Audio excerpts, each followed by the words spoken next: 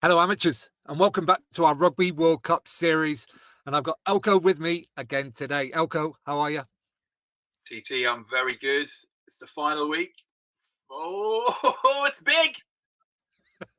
It's so big. It's the Rugby World Cup final this week, everybody. And we did a great job. Well, we think so, of analysing the semi-finals from last weekend. So go and check that episode out if you have not seen it already. There's plenty of talking points, obviously, as everybody is aware. But this week, it is the final of the Rugby World Cup and the third, fourth playoff, which nobody really cares about. So yeah, let's just cover that off first. Let's get that out of the way. England, Argentina. How do you think the teams are going to approach this game? Um, who cares? No. All right. How they're going to approach this game? I think they're going to pick all the players that have had no game time and give everyone a run. Probably been on the lash since the other night, and just give it a crack. I think. Yeah, it must be brutal to play in. Yeah, it's a dead rubber, isn't it? So you never know. We might get lucky with some good rugby and be interesting to see who plays 10 for England. Probably Marcus, hopefully. If he's recovered, let's see what happens. But hopefully Argentina will turn up and give it a good fight. Yeah, I'm just hoping for a good game as well. And it's still a Rugby World Cup game, right? All these players that haven't played much rugby, I'm sure they'll be delighted to get on the pitch in the Stade de France and play a Rugby World Cup game. Just one player that I hope plays as well is Courtney Laws, who has announced his international retirement at the end of the World Cup. So it'd be fantastic as an England supporter for one of our true legends that if he can have one last hurrah, and really let the crowd can show how much they've appreciated everything that he's done for England rugby over a long, long period. Yeah, an absolute legend.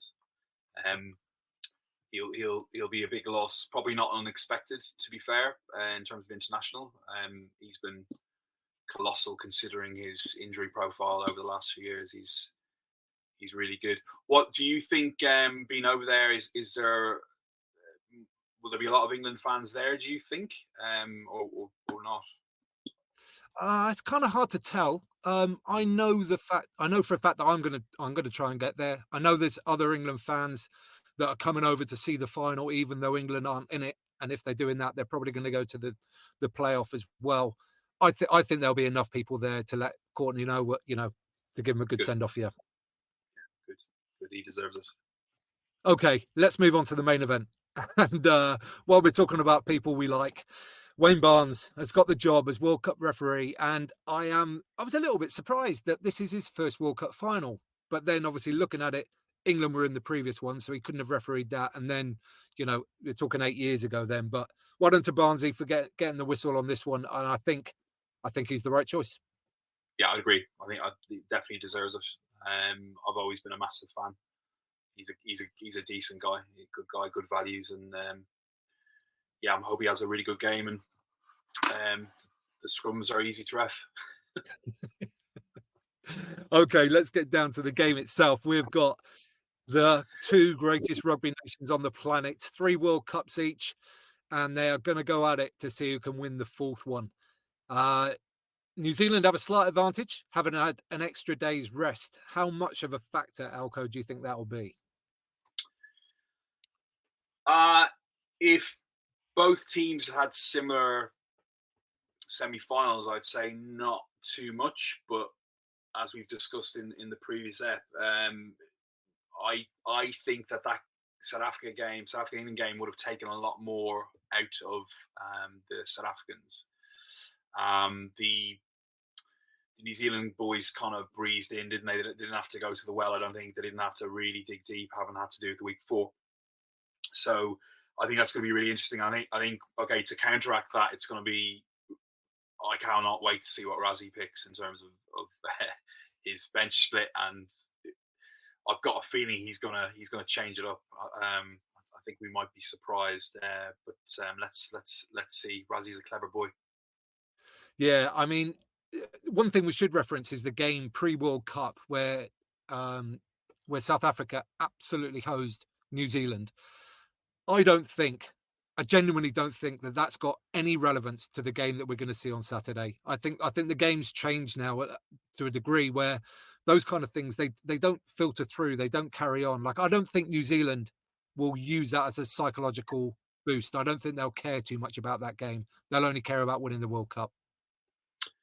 Yeah, I don't know. To your point a couple of weeks ago, we were talking about Ireland having gone down to New Zealand and done them in their own backyard. I was of the opinion that that was good for Ireland, and you thought no, they're going to use that as fuel because they got beaten. Now, I think by all accounts, New Zealand were not very well prepared for that warm up, but they'll be hurting because they got their pants pulled down by their arch rivals, and the place was packed with Saffas and Kiwis. They're having a great time. So um, I don't think they will be thinking, oh no, I hope they don't do a 7-1 split and we got bullied or anything like that. No, I think they would have looked into how to beat them anyway. So, but it probably is more of a psychological fuel for the Kiwis, particularly coming off the weeks they've both had.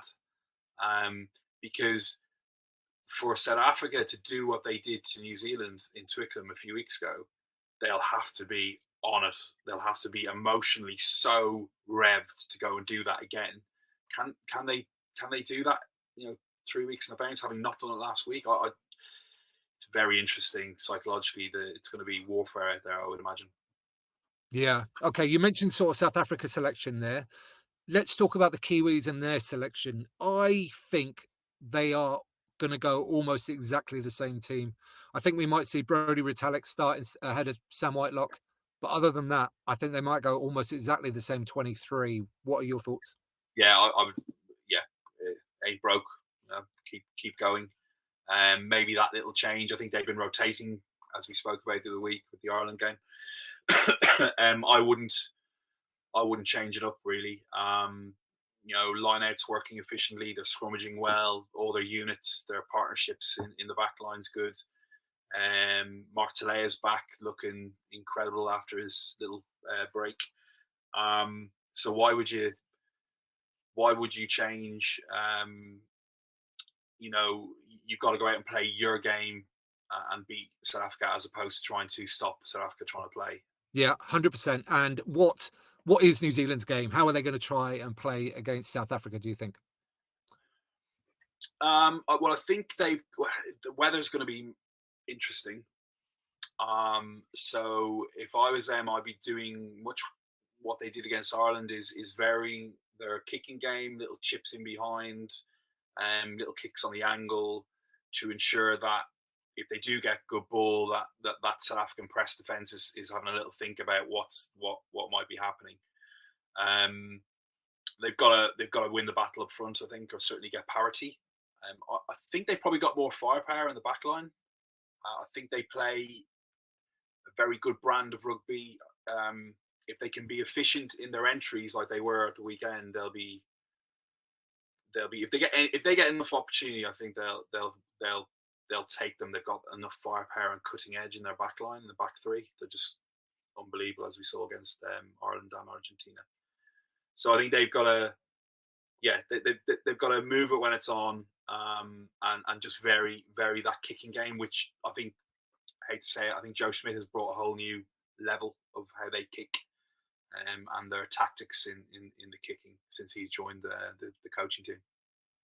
Yeah, I agree. And on the kicking front, they've got some real good kick retrievers as well. People like Jordan, both the Barrett boys. If they kick to compete, I think they might get some joy from that. And then just to echo your point about them taking their chances and the weather, their core skills are better than anybody's, right? So I think if they've got chances, the fact that the weather's coming down will be less of a factor for them than other teams because they're just so good at that stuff. Yeah, I think people think because they're in the southern hemisphere sometimes that, and they play at certain times of the year, that their weather's always good. And as you know from being down there, I've never been, but I know it's the same climate as Ireland.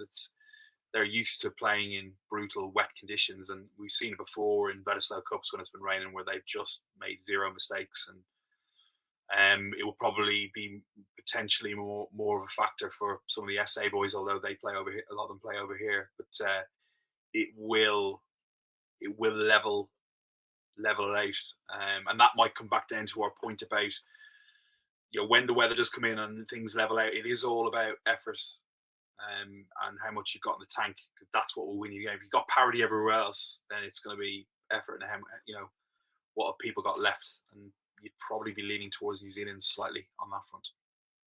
Yeah, I certainly would. I think that South Africa have emptied their tanks a couple of times in a row here these last 2 weeks.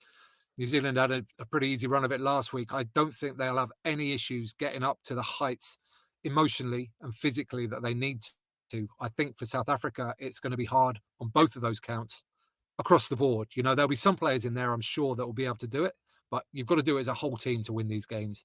And I see New Zealand probably doing that and achieving that. And I think the things that we've just discussed will see them home. But if they didn't, how would South Africa win this game? If South Africa end up winning, how did they do it, Elka? So we're thinking it's going to be wet. I think I'm going to say it again. They're going to revert to type. I think it's going to be. They're going to try and probably play how they did in the final 4 years ago, and play low risk, chase hard. I think they're going to go from the scrums again, big time, and probably rolling more is how I see it. If it was dry, I'd probably have a different sort of look at it, but because we know the weather's probably going to be poor, I think they'll look to overpower them, which is why I'm interested in is he going to go for a 7-1 split again, which would be crazy considering what he's done in the back line the last few weeks. So I don't think he can do that, because unless he drops Lubbock out of it completely and starts Pollard, otherwise Pollard's going to be the only back. So that's a bit of a risk to take. I don't think he will. I think he'll do a 6-2. But yeah, it's going to be. It's good. And again, interesting. Just thinking when you were talking there about New Zealand having no problem to get up for it. There's a lot of boys in the South African team that played in the final 4 years ago, and they saw what happened to England. England struggled to get up for it, so there must be. I don't know. It's quite interesting. The whole. Sometimes you're better off not knowing stuff and not having experienced things, and you're a bit naive. But when you have that history of knowledge, they might be thinking, "Oh, I hope we don't do in England." Or maybe they're thinking New Zealand are going to do in England and not turn up. So it will be a battle of wits, I think, as well as bodies, on Saturday. Yeah, I think for sure humans have only got so much emotional energy, and you can think that you want to bring more out of yourself, and you can think, consciously, I need to go to the deepest parts. But if you've spent some of it the previous weeks and you haven't got the reserves, there's no way of summoning that back up again. That's going to be my call. I think that's what's going to happen. I think South Africa will struggle to reach the heights required, and I see New Zealand winning in a fairly. I think it'll be close for a while, but I think New Zealand will pull away at the end for a 12-point win. Elko, I'm going for. So I knew this was obviously coming up with our predictions. So I'm caught here because we did an episode called "Who's Going to Win This World Cup?" I was in Spain at the time, and the question you posed was, if you had money and you could put it on 3 teams, who would you pick? And I picked Ireland, England, and South Africa. And I'm sure you picked South Africa, New Zealand, and France. Yeah, does that sound right? Sound about right. Yeah, I think so. Well, basically, I knew coming into this call that you couldn't lose, basically, because you definitely had New Zealand, South Africa. So I'm screwed. So I have to back South Africa. So I'm gonna go because I want to be right. I'm gonna go South Africa by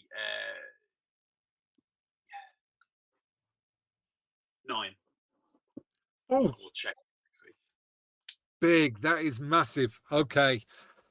Anything else, Elko, on the final, or everything that's happened so far? Any sort of summing up that you want to do before the big event this weekend? No, I've said all along, just let's enjoy it. Let's not get pent up about refereeing decisions. I think it's awesome that Wayne Barnes is there, as he spoke about at the beginning. Let's back him. He's as important to the game as the players, right? And hopefully gets it right. But we just gotta roll with the punches, and especially when none of your teams are in it. He's got to roll with the punches and enjoy it, and have some beers and both games. And yeah, I think, listen, I've said it all the way along. It was always going to be difficult after the quarterfinals to come back up. I think we should get a good game on. I don't, because the weather. I don't think it will be as mad as the two big quarters, but I still think we'll have a real titanic battle. And yeah, let's sit back and enjoy and see what happens. Yeah, 100%. And then just celebrate what's been a really, really good World Cup. There's been some absolutely epic games this World Cup. So we should make sure we remember that as well. Okay, people at home, who's going to win it? New Zealand, South Africa. What do you think? Are there any key factors that you think will play a part that we haven't mentioned? Love to hear it in the comments below, and give this video a thumbs up while you're down there. And don't forget to hit subscribe so you don't miss out on the upcoming daily vlogs, which are still going on. Lots of fun ones over the Marseille weekend. They're just out now. Go and check those ones out. So it just leaves me to say, Elko, thanks so much again for your time. Cheers, CT. Have fun. And to you at home, get out and play.